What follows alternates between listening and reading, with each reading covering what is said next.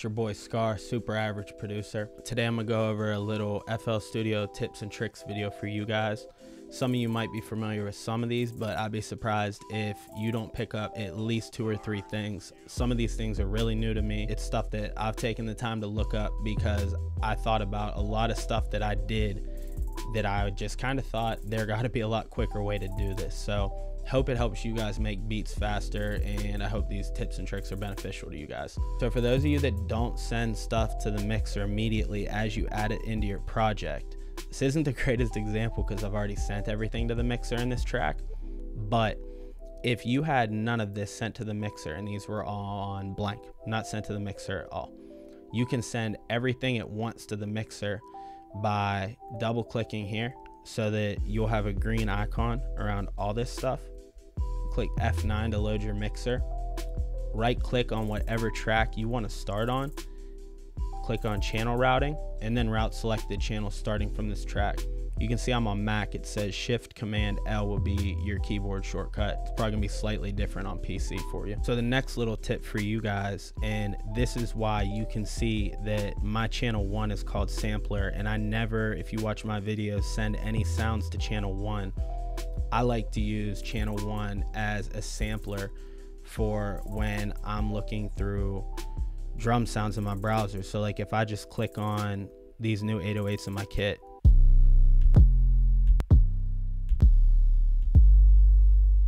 I'm gonna leave the kit link in the description, by the way. If you guys want the 808s or anything else in the kit, all the drum sounds are fairly fire if I do say so, so I'll leave it down low. What's nice about this is that you can adjust the volume. You have control over previewing your sounds. You have control over previewing your sounds and the volume that they're playing at so that you can match the volume that your beat's mixed at. If you don't have it sent here, you're kind of at the mercy at whatever volume this is playing at. So to set it up like that, go into options and then go into audio settings. And right here where it says preview mixer track, I think by default this will just be dashed. Just click 1. Or if you want it on channel 30, go ahead and put it on channel 30. Regardless, I think it's pretty nice to be able to have a sampler channel so you can control the volume of your sampler browser. Next is something that I used to do manually that I now figured out how to do a little bit quicker that definitely saves me a lot of time. Selecting all mixer tracks at once. If you go on your master fader and you right click, select tracks routed to this one. Keyboard shortcut for Mac is Command Alt L. It's going to be different on PC, so check that out. But if you click on that, you can highlight all these faders at once to raise volume up and down at once, rather than, you know, if your beat's 5 dB too loud or too low, doing them one by one and trying to keep your levels in balance.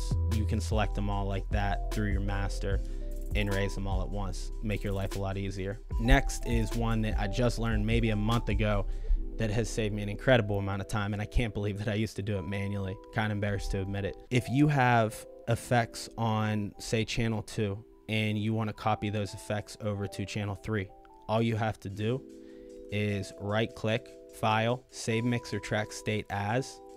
So I've known that I could do that for a while, but I never knew that if you don't just like click it and hold it, you can drag it and drop it. Bro, I got a brand new MacBook. You would think that this shit would go a little bit faster. Only slightly inconvenient thing about that is it's going to name it insert 2 as well, so I'm just going to rename it to insert 3 like it was. But it's going to save you a ton of time because not only is it going to copy the effects, it's going to copy the actual settings that you had on with the effects. So it loaded the actual shaper box preset I had. It loaded the actual exact EQ settings that I had on the other channel. So it just makes your life a lot easier, rather than the alternative like I used to do was to literally reload the effects manually on the channel if I wanted the same effects on another channel. In addition to dragging and dropping it, you can click save mixer track state as and really save it as that. So your naming convention is completely up to you, but I might name this something like half speed plus EQ or something like that, so that the next time I want a half speed and I want to cut out below 200s or whatever, I could name it something like, you know, cut 200 hertz EQ half speed. Next is something that I definitely did not utilize for many years of making beats. In the past, I would load up something like the Fruity Stereo Shaper. You can actually control the amount of stereo or mono signal just by this knob right here, right? Whereas this is your pan left, right for the actual signal. You can control how mono or stereo it is right here. There's definitely better ways to go about stereo imaging, but this is where I find myself doing most of mine, at least for just making beats. It's really nice for things like an 808 or a kick that you know you want that signal down the middle, you want it mono.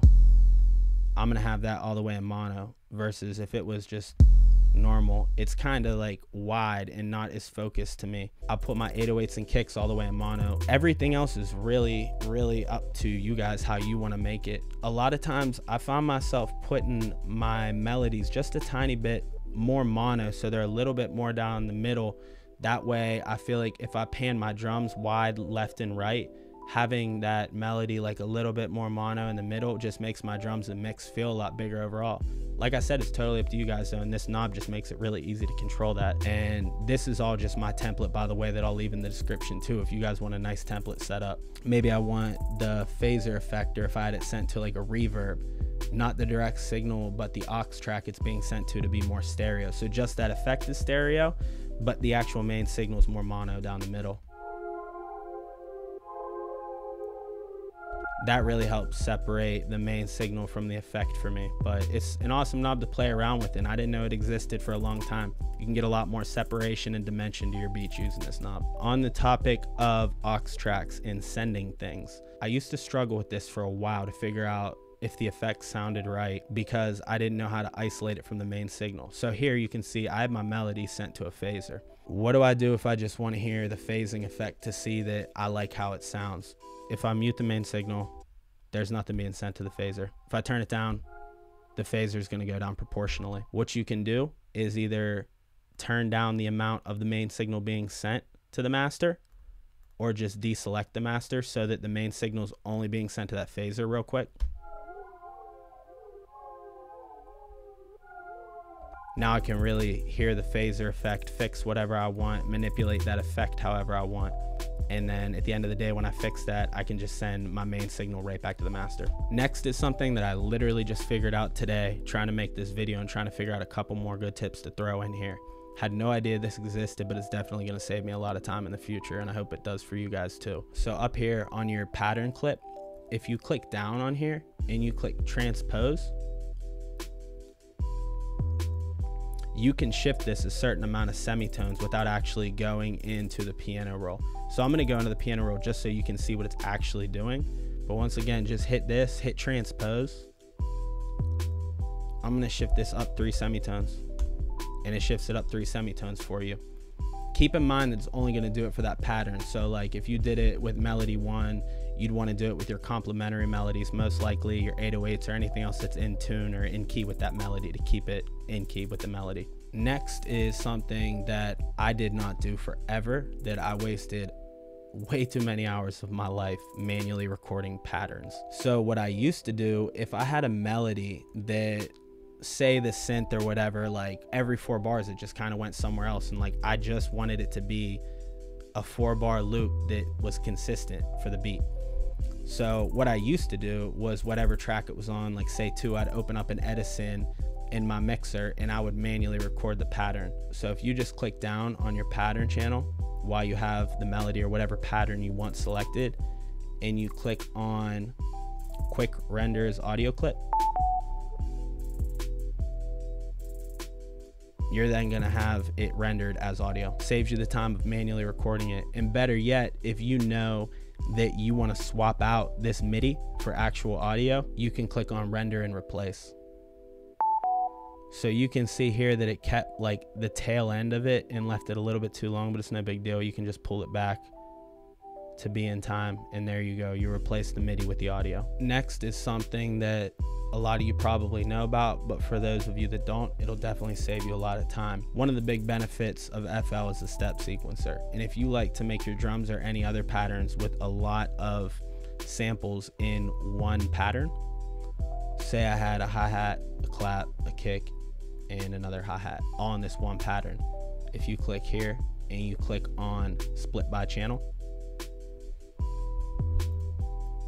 it's going to go ahead and separate all those and name them based on whatever you have this actual sample named for you, split them out in the playlist clip for you, which saves you from having to cut these one by one and making new channels for them. Lastly is something that I don't see anybody talking about, and I don't know that a lot of people know that it makes a difference. Most of this is probably me just being a weirdo and way too attentive to detail, but a lot of people know about this ADSR knob, right? Attack, release, decay, sustain. So by making this a square, you can control the exact cutoff of any sample that you load. So rather than me just hitting my 808 and it decaying over time, I can hit it and have complete control over when it stops. Okay, when I let go of the key. What's really cool in addition to that is that when you make glide notes, you can be 20 times more precise with them. And I'll show you what I mean by that. So if I just made the glide note like this long, you'll hear how it sounds. But if I make it this long, or if I go to none and I make it super quick,